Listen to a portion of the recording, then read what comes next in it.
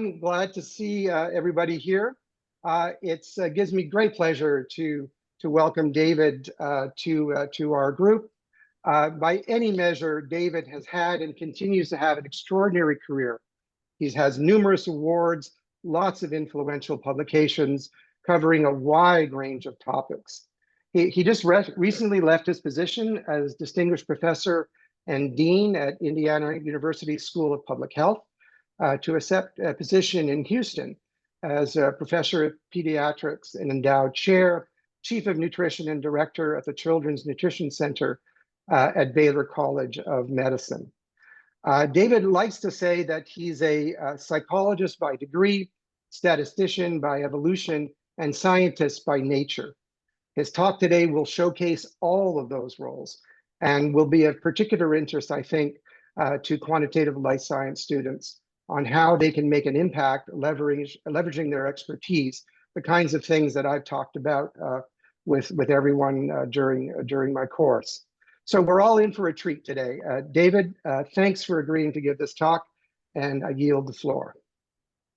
Well, thank you, Bob. It's a very generous introduction. And even more so, it's very generous of you and all of your colleagues at McGill to invite me to give this talk. I'm truly honored. When I was first invited, Bob asked me, who would you like to meet with? And one of the people I said was my nephew, who's an undergraduate student at McGill. I said, well, there. He said, you actually won't really be here. You'll be in Texas, but I'll wish my best to my nephew who's there. Can you see my screen in the slides? Yes, we can. Excellent. All right, so I will proceed. You can see the title of my talk before you, and I'm very happy to be here and happy to take questions at the end. These are my disclosures and acknowledgments. I won't read them to you, but I'm happy to make the slides available to anybody who wants them. I'm easy to find on the internet.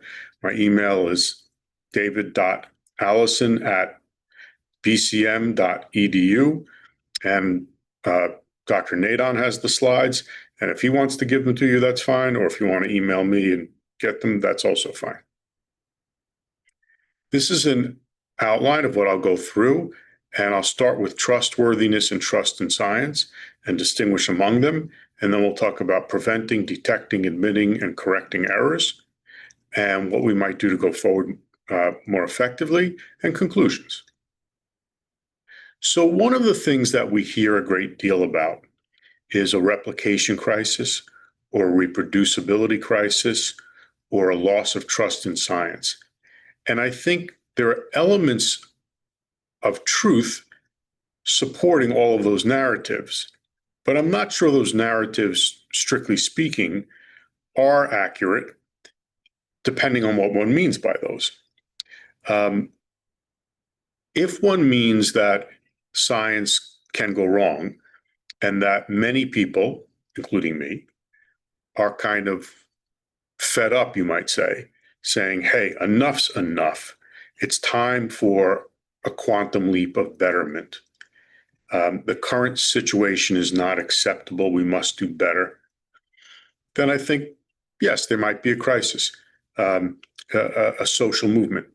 If, on the other hand, what you mean by crisis is things have gotten much worse and the whole system's about to break down, I see no evidence of a crisis. On average, I think science is likely more rigorous than it's ever been. Now, I want to say, I emphasize that 2 points, on average, and I think. I didn't say I know. I didn't say I can demonstrate. I said I think. It's a difficult thing to answer because, on the one hand, we don't have a single measure or metric that we all agree is the measure or metric of how rigorous and trustworthy science is. And the other is, even if we did, we don't have really good, careful, systematic measurements of it across time. But my sense is that we've had problems with science because it's done by humans, and humans are imperfect, since we've had science. And we're always getting better. I think we deserve great credit as scientists for the fact that as a field overall, we are very heavy on self-analysis and self-questioning and reflecting on what we can do better and constantly building that in. And I'm not sure every discipline and profession have that. So I think we really deserve to be proud of that. And it's important to realize, as I said, it's not that the things we're seeing now are new. If you go back to Mendel, it's clear at this point that although he got much of the things right and was indeed a great scientist, he fudged his data. Again, sort of this idea of the importance of the quantitative reasoning. Sir Ronald Fisher, arguably the greatest statistician of the 20th century, went back and analyzed Mendel's data and found his Punnett squares, pea plants are smooth and wrinkled and so on, yellow and not yellow peas, that they too closely matched the expected frequencies to have plausibly occurred by chance. And there are other things in Mendel's data. His second law of inheritance, which is that things are inherited independently, is only true if they're not physically linked. He doesn't yet understand chromosomes and that things are linked. So he had all unlinked loci in the analyses showing that. And yet the probability of getting all unlinked loci for that many loci, given the size and structure of the P genome, is, again, almost impossible. So he clearly cleaned up his data a little bit to make the point. He had the points right, but he engaged in what today we'd probably see as fraud. Pasteur selectively published to support his points. Lord Eddington, in the very famous situation in which he confirmed Einstein's theory by looking at eclipse data and showing light bending toward the mass of the sun, it only showed that when he dropped one outlier, one bad measurement. If he hadn't dropped that measurement, his results would have confirmed or supported Newton's laws more than Einstein's. So again, he got it correct. And to his credit, he was honest about the fact that he dropped this data. So he didn't hide it. And yet it was post hoc. And today we might say, hey, did you pre-register that you were going to drop data that looked like this? But back then he did, and questions what was right. Blanc discovered N-rays in France. You may not have ever heard of N-rays. N is for Nancy, the town, France, in which he was. The reason you may have never heard of N-rays is that they don't exist. But he thought they existed. There's, at this point, no reason to think this was anything other than honest error. But a physicist named Robert Wood flew over there and met with Mr. Blanc, Professor Blanc, and there was a machine, and it had a thread, and it went through an aluminum prism, and then it caused the thread to glow. And Professor Blanc demonstrated this to Professor Wood, and Professor Wood was a bit of a trickster, and he said, Professor, what is that over there? And he pointed just to distract them for a moment. And when Blanc looked away, he quickly reached into the device, pulled the aluminum prism out, and put it in his pocket. And then Blanc turned back, and he said, can you show me, Wood said, can you show me that demonstration again? And he did. He said, you see, the thread's glowing and shows the N-rays. And then he said, Professor, I have the prism in my pocket. How could the thing be working if you say that's the basis of how it works? So that all fell apart. Honest mistake, but mistakes happen. Many publications on N-rays before that happened. Linus Pauling, two-time Nobel laureate, was living during difficult times, during politically fraught times, when we had a very right-wing element to our government in the United States that was seen and is seen today as unduly oppressive. And Pauling was an anti-nuclear advocate, anti-nuclear weapon advocate. And because of that, the US government took his passport away, and he couldn't travel. And so what he didn't get to do was go to England, where his son was, at the same place that Watson and Crick were at the time. And he didn't get to see the good X-ray crystallography data of Rosalind Franklin, which Watson and Crick did get to see. And because of that, he miscalculated the helical structure of DNA, and he thought it was a triple helix. And he published it in PNAS. And it shows you that the things we sometimes get concerned about political times in our government, these are not new. Doesn't mean they're not concerning, but we've been through them before. We're going through some difficult times now, but we'll come out. We'll be better. And it also shows that even great, honest minds can make mistakes when they're working at the leading edge. And we need to have ways of double checking and back checking. And then finally, there's this very famous story here. Whoops. Sorry. This very famous story here of children getting cancer because they were being treated for having apparently enlarged thymus glands, when in fact their thymus glands were normal.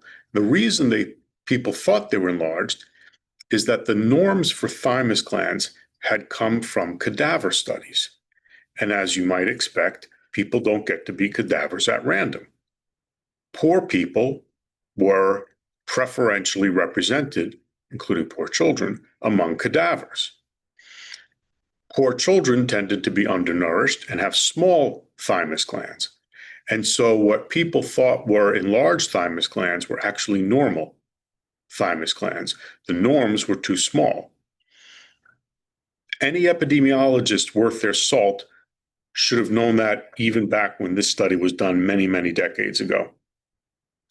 But it was accepted, and that's really bad sampling and bad science, and it resulted in many children getting cancer as a result of unneeded treatments. And even today, we see lots of weak science, poor measurement of variables in nutrition to draw poor conclusions, unsupported premises. There was a recent paper that just came out about a week ago showing that in a randomized controlled trial, giving people with opiate addiction fruit smoothies did not help. Well, I think they probably got the right answer, but one really has to ask, why in heaven's name would you ever possibly thought it would have helped? Where was the premise? Where was the rigor in thinking this through? And wasn't that potentially a waste of funds and a distraction from the treatments we do have for opiate addiction, some of which are at least somewhat effective and demonstrated to have been so in well-designed studies. So I think all of these things are not new, but they're ongoing, and we need to be vigilant and make things ever better. Okay, how big is the problem? For many of the slides coming up, I'm not going to go through in such exquisite detail. I want you to have the slides so that you can look at them at your convenience. But what these suggest is that in randomized controlled trials, a very large proportion have some flaw, whether that's a minor flaw, a major flaw, we can debate.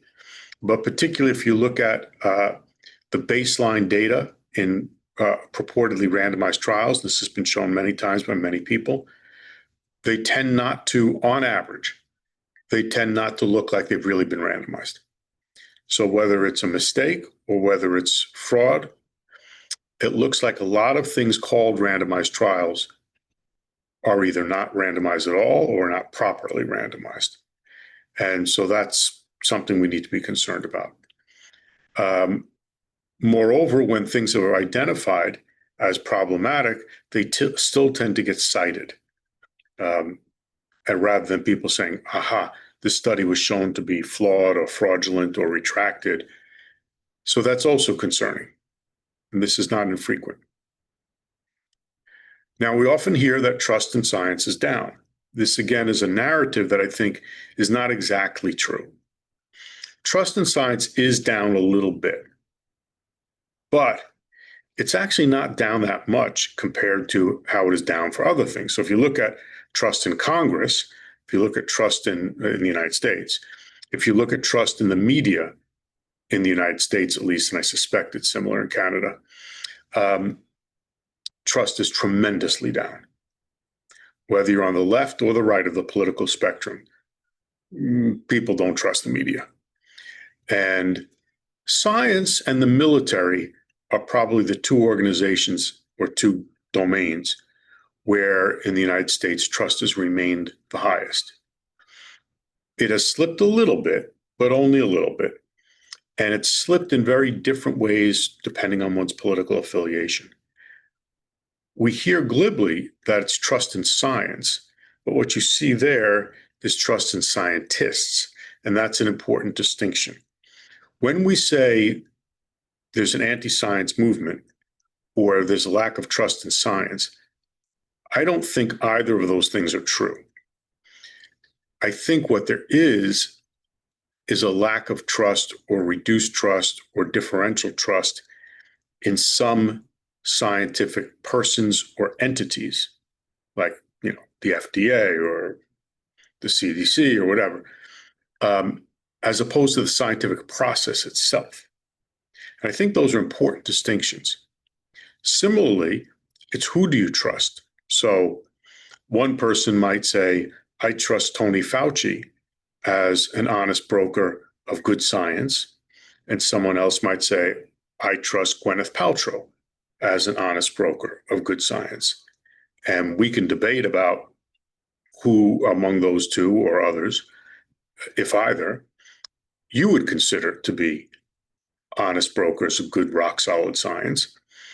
But it's not about people not trusting science or not thinking science has the answers or could have the answers. It's about people not trusting particular scientific results or persons or entities. And I think that's an important distinction, because if I'm right, and the evidence does seem to suggest I'm right, many of the things that we in the scientific community talk about to increase trust, like we've got to train this poor, ignorant population in how science works because they just don't get it. And they hear us change our minds sometimes. And that's the problem. They don't get that science evolves and is changing. I don't think that's a true narrative. I think it's very pejorative. I think it's very condescending. I think most educated people do understand that science can change. But I think we need to ask ourselves, why don't they trust particular scientific findings or particular scientific communicators? And I think there's more work to be done in that, more benefit to be had in pursuing those questions. This is from a paper that I published along with Arthur Skiplupia in the lead. And it came out of this council that I'm part of, which is called the Strategic Council on Research Excellence, Integrity, and Trust, which is part of the National Academy of Sciences. And it just reinforces what I've been saying so far, so I won't reiterate all of that. Now, the idea of trust in science has been taken up by many of the leaders of scientific and particularly nutrition, which is an area I work in, related research in the United States and beyond. And I think that's good. Many people within the scientific community are concerned about the way in which our federal government currently is using and pursuing the need for greater rigor in science, and concerned that this may actually in some ways lead to less rigor or less use of data in an unbiased manner. And my response is time will tell. That's a legitimate concern. We have to pay attention to it. It's like anything else. We can say we want more military or more police to keep the peace. And we might have a hypothesis or a rationale why that's good. Someone else might say, actually, you're going to lose some peace by having more military and more police. And that also happens sometimes.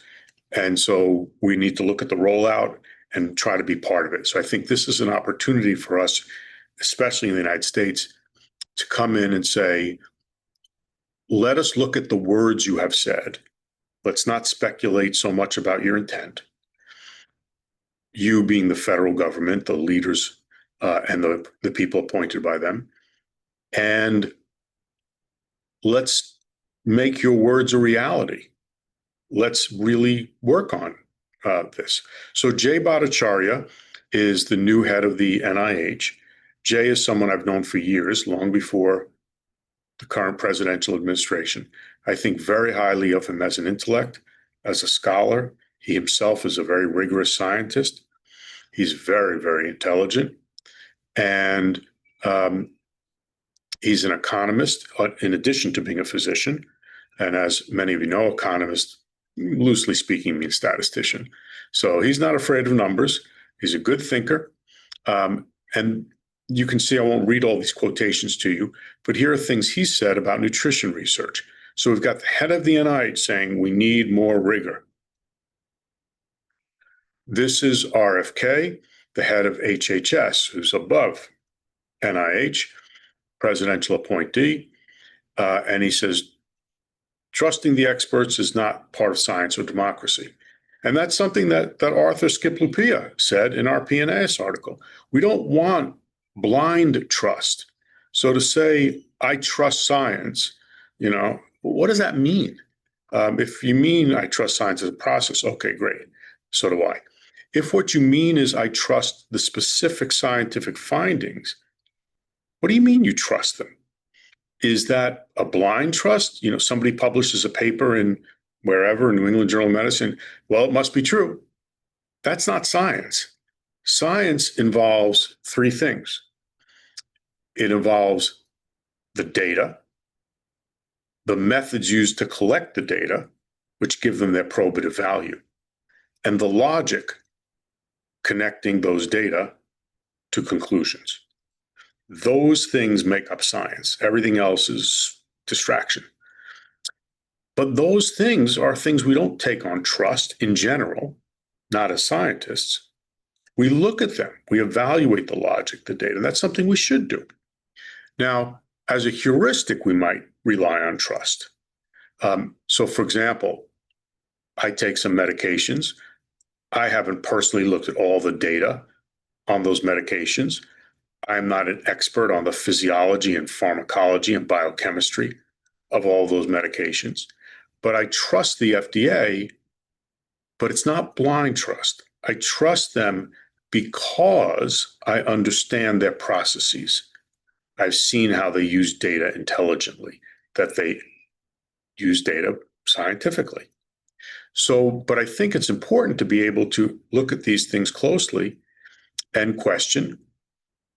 But there's also reasonable and unreasonable questioning.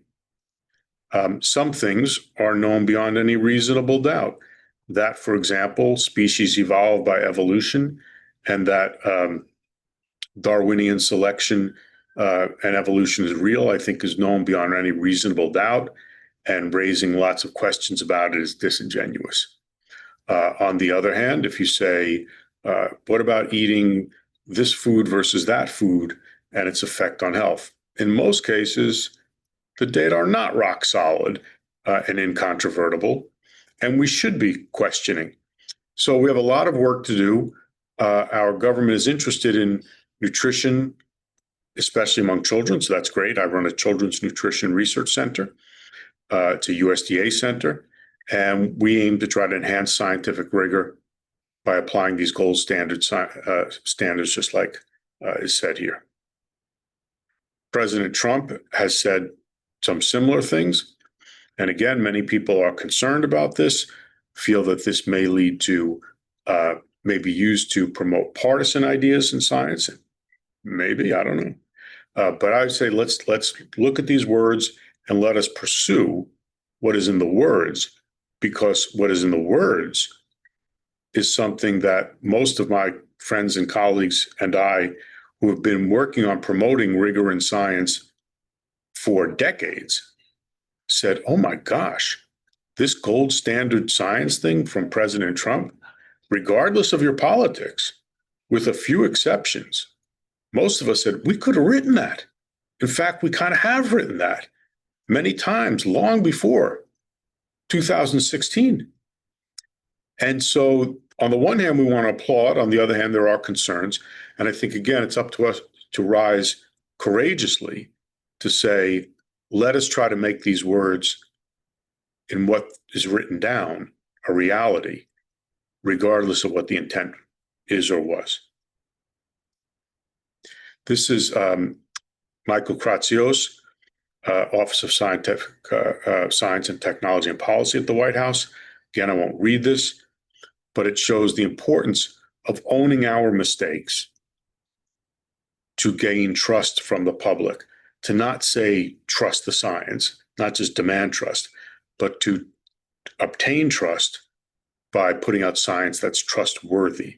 And I actually put up a LinkedIn post related to that very early this morning or late last night, depending on your point of view and time zone. So you can look at that if you want. But it's about a cluster randomized trial that we identified that is, as far as we can tell, completely invalid. And we have a publication just out on that. With those kinds of things, we as the scientific community need to own that. We need to say that was a mistake, but we're fixing it.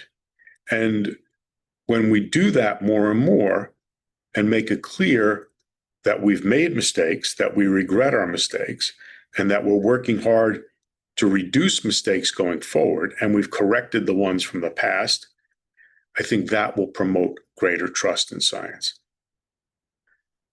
Here's from Andrew Bremer. He's the NIH director of the Office of Nutrition, saying again, similar things. We need more rigor and reproducibility. So trustworthiness before trust is something that my group and I feel is important, that you want to start with the man and the woman in the mirror. All right, rather than going to the general public first and saying, what's wrong with you guys? Why don't you trust us? Is to look in the mirror and say, okay, where have we made mistakes that don't support trust? And where have we done good things that do support trustworthiness? And how can we promote more of the latter and less of the former and correct the mistakes we've made in the past? Well, one of the things we want to do forward is prevent mistakes. And we want to minimize the risk of errors, bias, and so on. Better to prevent. There's a great book, Bob was talking about the quantitative nature of this group. There's a great book called How Not to Be Wrong by Jordan Ellenberg. He's a professor of mathematics. Both of his parents, though, were biostatisticians. And he's a great writer with a good historical sense. So he's a mathematician who writes like a biostatistician, a historian, and a great writer. And one of his books is How Not to Be Wrong. And he talks about how simple math, not anything you'd need a PhD in math to do, things that in most cases a person with a good high school math background could handle, can be used to detect silly errors. And often we don't in the field of science because we fail to think mathematically, to just stop and pause. So that's one way to prevent. And we'll come back to an example of that. The other ways are we want to pre-register studies, we want to standardize protocols, share materials openly. Sharing materials is great. That's how often we find or confirm that a mistake has been made and then can correct it, right? If somebody says to me, David, I don't trust your study because you might have botched the analysis or intentionally misreported or misanalyzed, I would say is my data are public. Go analyze them yourself. You don't have to trust me. And I think we want to move more and more to that. Some of the ways we might, and I say might, reduce errors, including misconduct, is through education, to inculcate a new generation of scientists who have an identity as a truth teller and who would never violate that because it's just part of who they are. Will that work? I don't know. I want to believe it is. Right? That's the world I want to live in. I want to live in a world where people can have their character developed have a sense of honor and identity and pride in being a truth teller. Whether that will work or whether we just need more rules and structures and punishments and rewards, I don't know. But I think that's something we need to study. Again, I won't go through all these. You can read them yourself.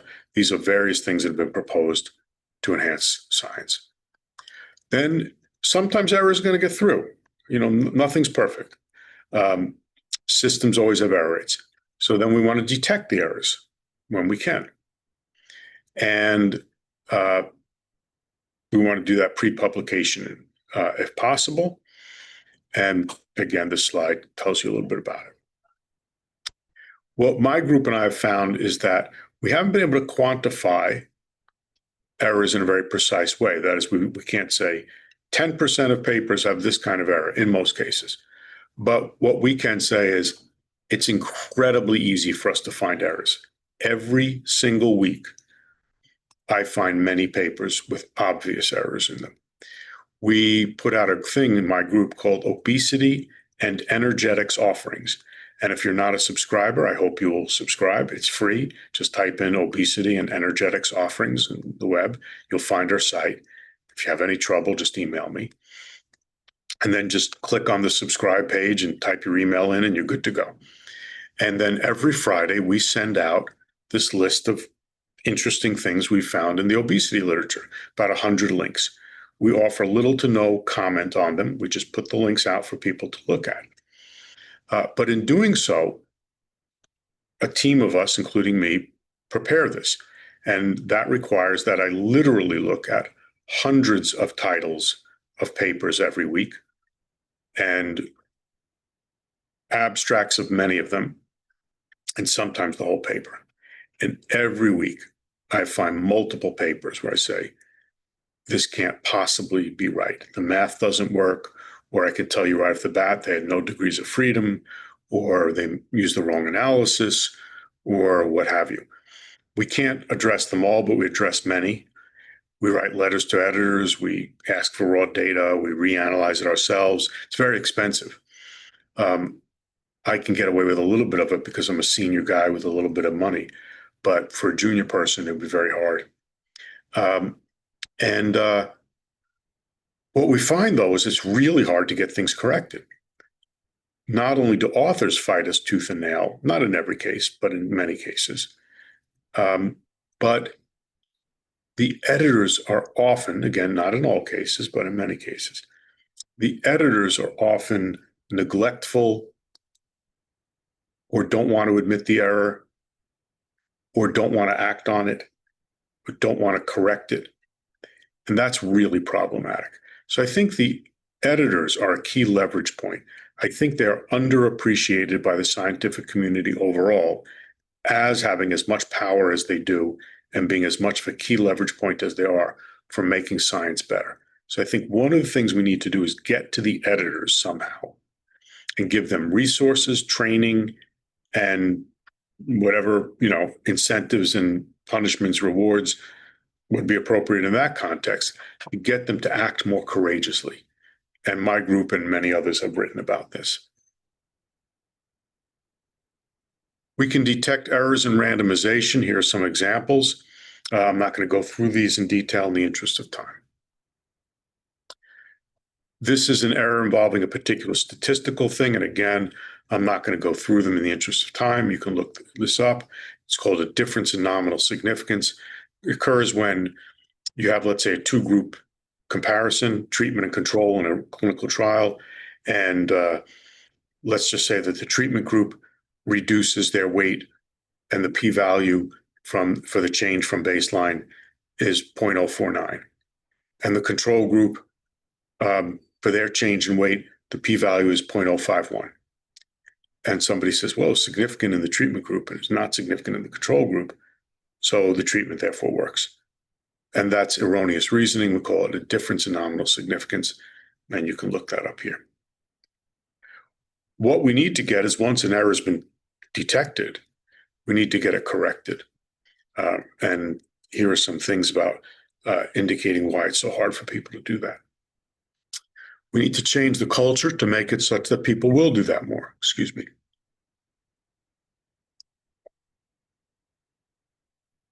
We need to get scientists to be more willing to admit their errors.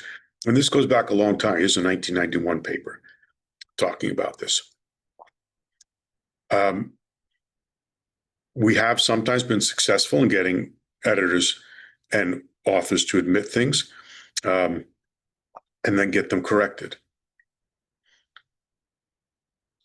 And we need to correct things, as I said here. This is just a nice set of quotations and points describing the importance of that. We need corrections to be transparent so that readers know what was actually wrong, how did it occur, and why was it corrected. You may have heard just in the last week a very prominent case of an apple cider vinegar study for weight loss being retracted by the British Journal of Nutrition, British Medical Journal, excuse me. And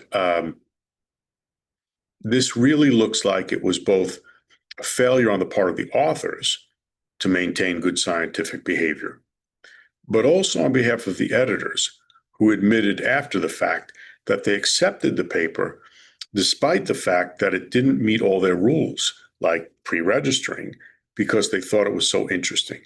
And what you're seeing here is the editors didn't uphold their own standards of scientific rigor, and we all paid the price. And so this goes back to those editorial standards. Now, they did correct it, and kudos to them for that, but it should never have occurred. And I really think we need to go to those editors and say, you guys are the linchpins.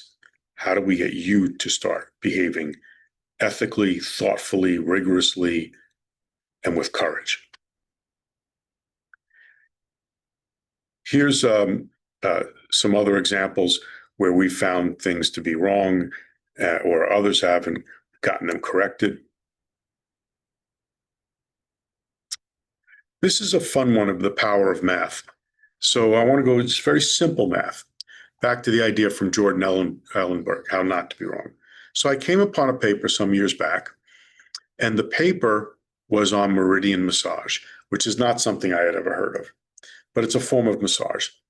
And the authors reported a randomized controlled trial of, I think it was Japanese adults.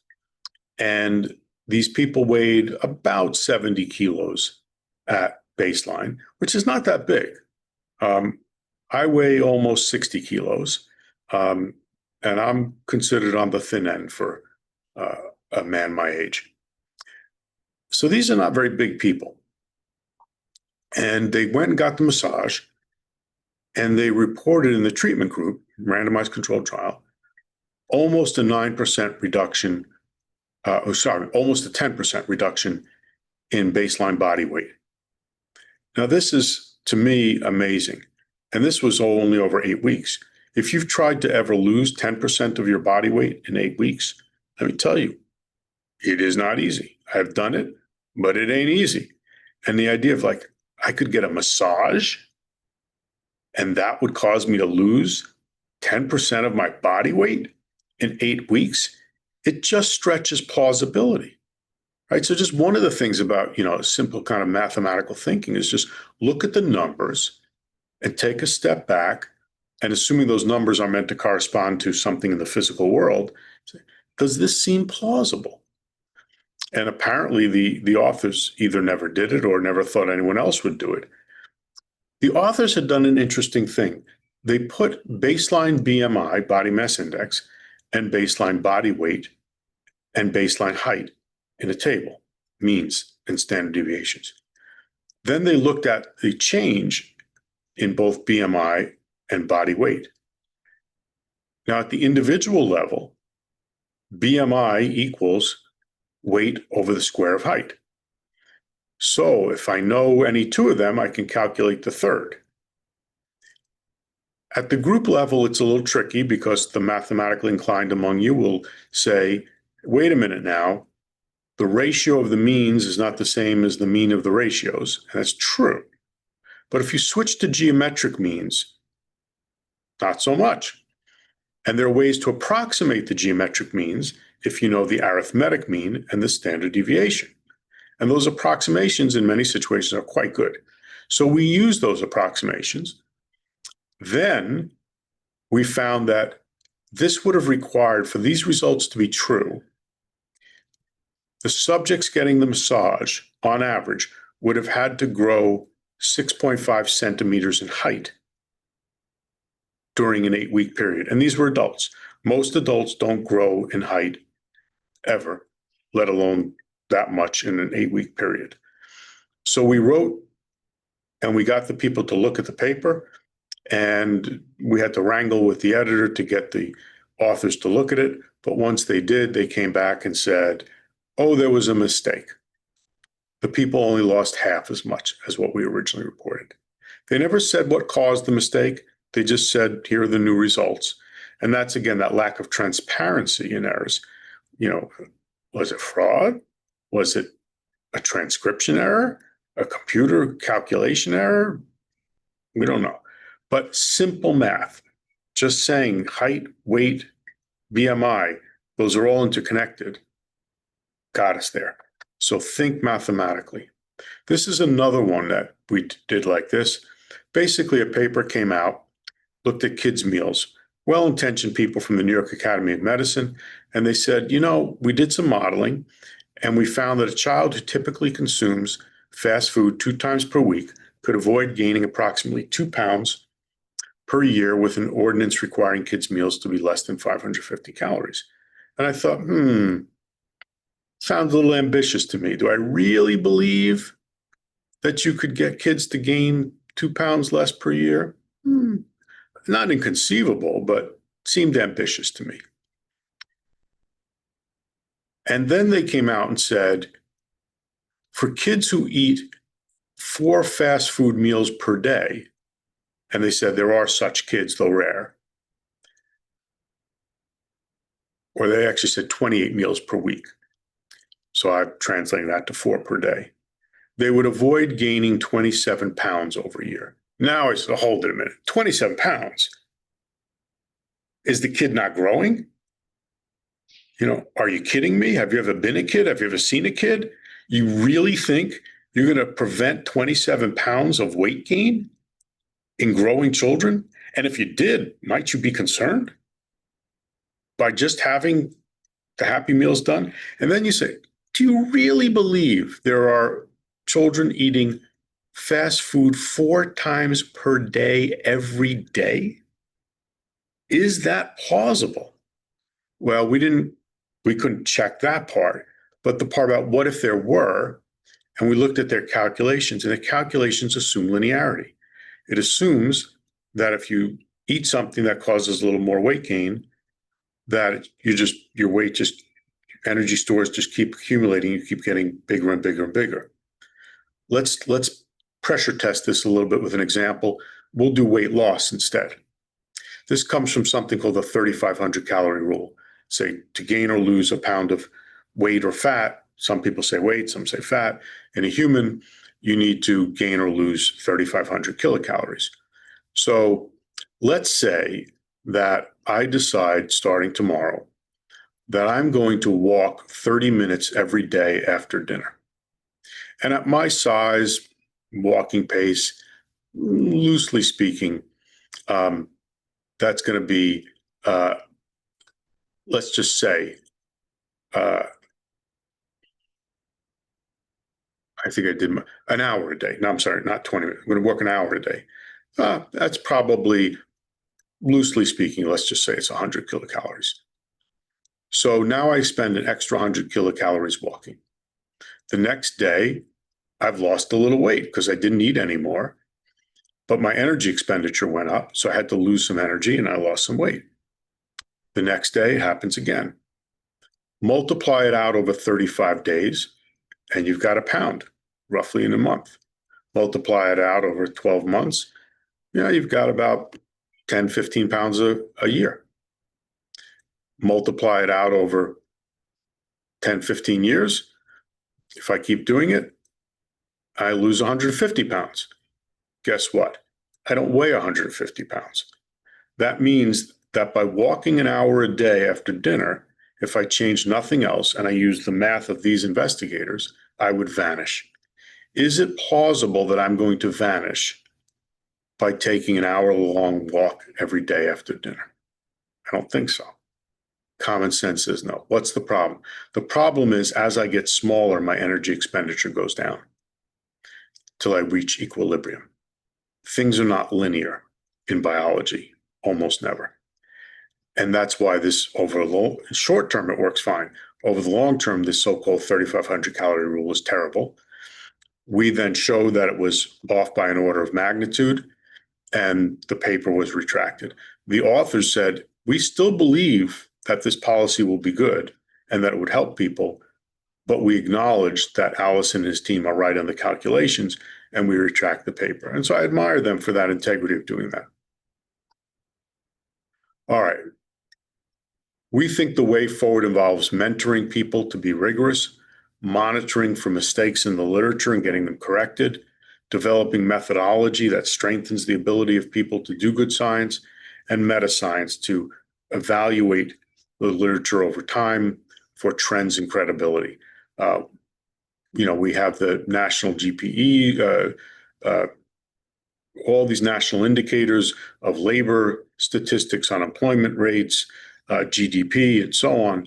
I think we should have some national indicators of the quality of our research that we do every year so we can compare whether it's up or down.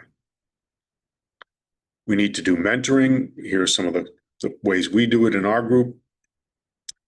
We need to monitor things for errors. Here's, again, some discussion of some examples.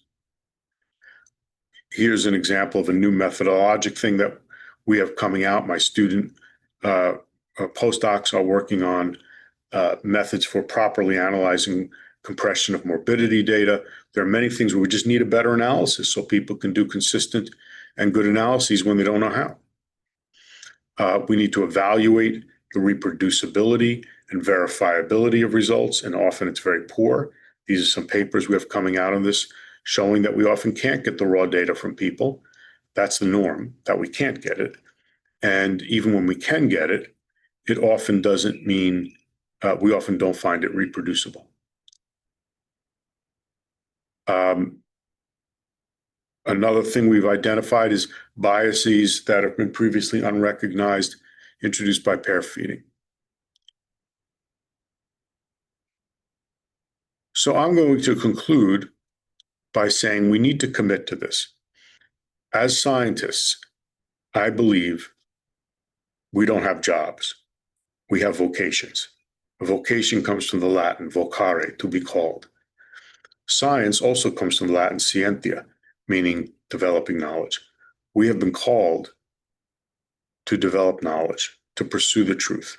And I think we need to hold ourselves to that standard of the unrelenting, uncompromising pursuit and unvarnished communication of truthfulness in science. And I think mathematical thinking is a vital element to that. And I applaud all of you for bringing that mathematical thinking to your work in health science. And as Jean-Jacques Rousseau said, let us take this path through the woods. This is some of the woods in Indiana where I used to live and took my group regularly hiking. Now we're finding the hiking trails and similar things in Houston. I hope you'll come visit us in Houston and we can go on a trail together and have a good argument about data. Thank you. Thank you, David, for a really terrific talk. And it's too bad we're not in person. I'm sure you would be hearing the applause. Well, we're seeing some, yes, we're seeing some of the emojis come out with it. Yeah, I don't know if you can see those, David. I can. That's great. There you are. So it's a very loud applause for you, indeed. Thank you very much. If there are any questions, Alex will be monitoring them. So please go ahead and let me invite Benjamin to ask his question. He just put in the chat, but Benjamin, if you are able to turn on your mic, please. Yes, so thank you very much. It was a very interesting presentation, very interesting to hear about all the complexities and the multi-layered approach. And so my question involves something that I saw a bunch of months ago. They were looking at the countries where the most retractions come from. And so It was very interesting seeing that list. I was wondering if you have any suggestions for how to address these issues on a global level beyond the US and Canada, North American context. Question. I think there are two ways, very, very broadly, to pursue this. And one is from within the country, and one is from potentially beyond the country. From within the country, I don't have a lot to say because I'm not an expert in those countries. And, I can only talk about science in general. I don't know what this country or that country's policies and politics and so on are. From outside or from the scientific community in general, I think we need to be vigilant for all studies from all countries.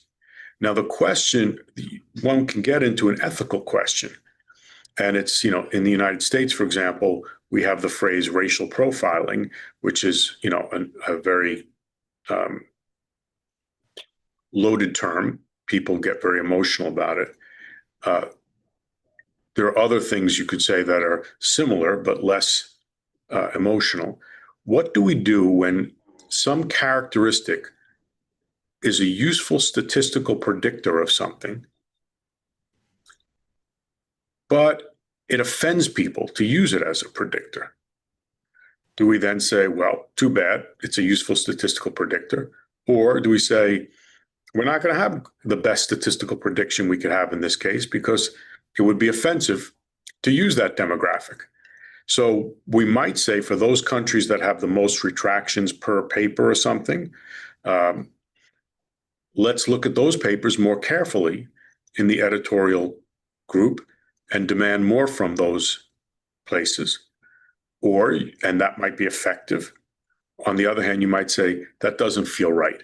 It feels like inappropriate discrimination, even though statistically it might be useful, in which case say, we'll just bite the bullet and say, no, we're not going to do it, even though it might help a little bit. We're just going to scrutinize everything equally and find ways to do that as efficiently as possible. And I think that's a political, moral, social judgment. I would tend to side on the idea of we won't use demographic information to screen things, but we'll develop other things that are based on the paper or the study itself. Thank you. Yeah, we have a question from the room. Yeah. Can you hear me? I can. You just got to speak up, make sure. Thank you. So there's this ongoing challenge mostly coming from the lab perspective, which I'm running a lot of simulations that basically are trying to look really close to the results we observe in the lab for mostly technical reasons. But I'm very worried of a case where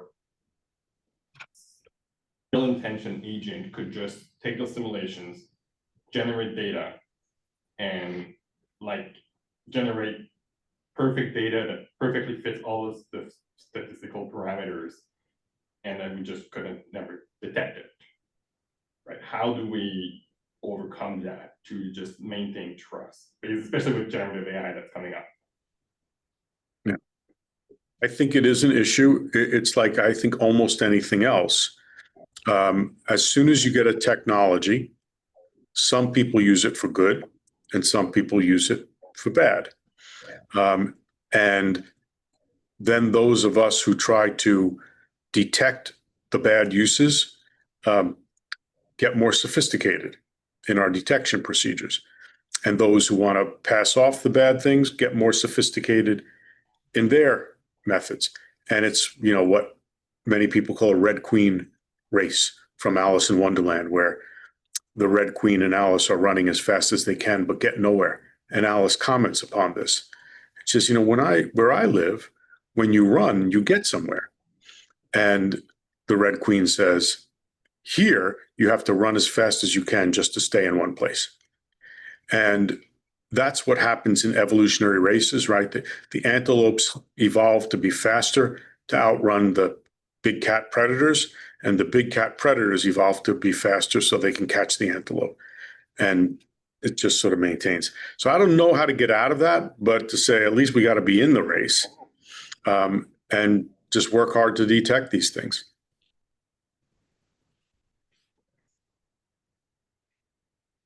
So that's, I see no other questions, Bob. So I know, David, you have to get going. So we don't want to keep you much longer than.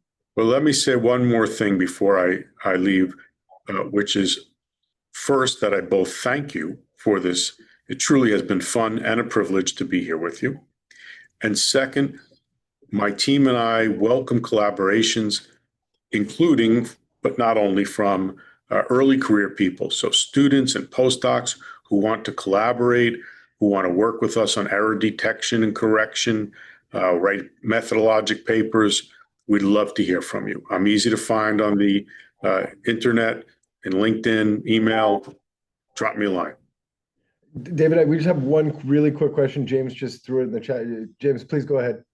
I'm just curious from like a practical perspective how we can avoid like citing and looking at research that has been corrected. Is it always super obvious on the publisher's website, or is there other ways of tracking it? Because I could see it be easy just to kind of go back and then there's the chain of citations and you sort of get caught up without having the context, like, oh, I heard this recently was redacted or something like that. I think there's no perfect way. For things that are indexed in PubMed, if a formal correction or retraction has been published, then it will always be indicated.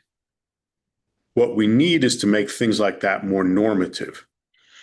What it also won't do is indicate informal corrections or debunking, right? So if somebody writes on PubPeer, for example, that a particular paper is invalid and really makes the case and lays it out, is just, sort of no question about it. But the journal never acts on it, or no one ever submits a letter to the editor of the journal. There's no sort of official metadata that tie those together. And so I think what we really need to do is, this is one of many examples where we need much better platforms. We need to get the pre-registration websites connected to the indexing websites, connected to the journal websites, connected to the post-publication public data depositing websites, so that anybody who starts to look at a paper is immediately notified of all those connections. And we need to do our best to make sure that as many people as possible do pre-register their studies and do pre-register their data analysis plans and do publish the raw data and code afterwards and so on. And when all those things start to get done, it will be easier. Won't be perfect, but much easier to not get caught up in the bind you're highlighting. If I can add, James, also some citation software like Zotero will indicate in their database, even if the reference you put in, even if the retraction occurs later, it'll pop up in your reference database as having been retracted. Cool. Yeah, that's cool to know. Thank you. Right. So allow me once again to thank you, David, for a really lovely talk. And I'm sure the students will take a lot of inspiration from the wisdom that you've shared with everyone. So thank you again. Good luck with the rest of your day. I know you have some important meetings coming up, and we'll talk to you soon. Thank you, everyone.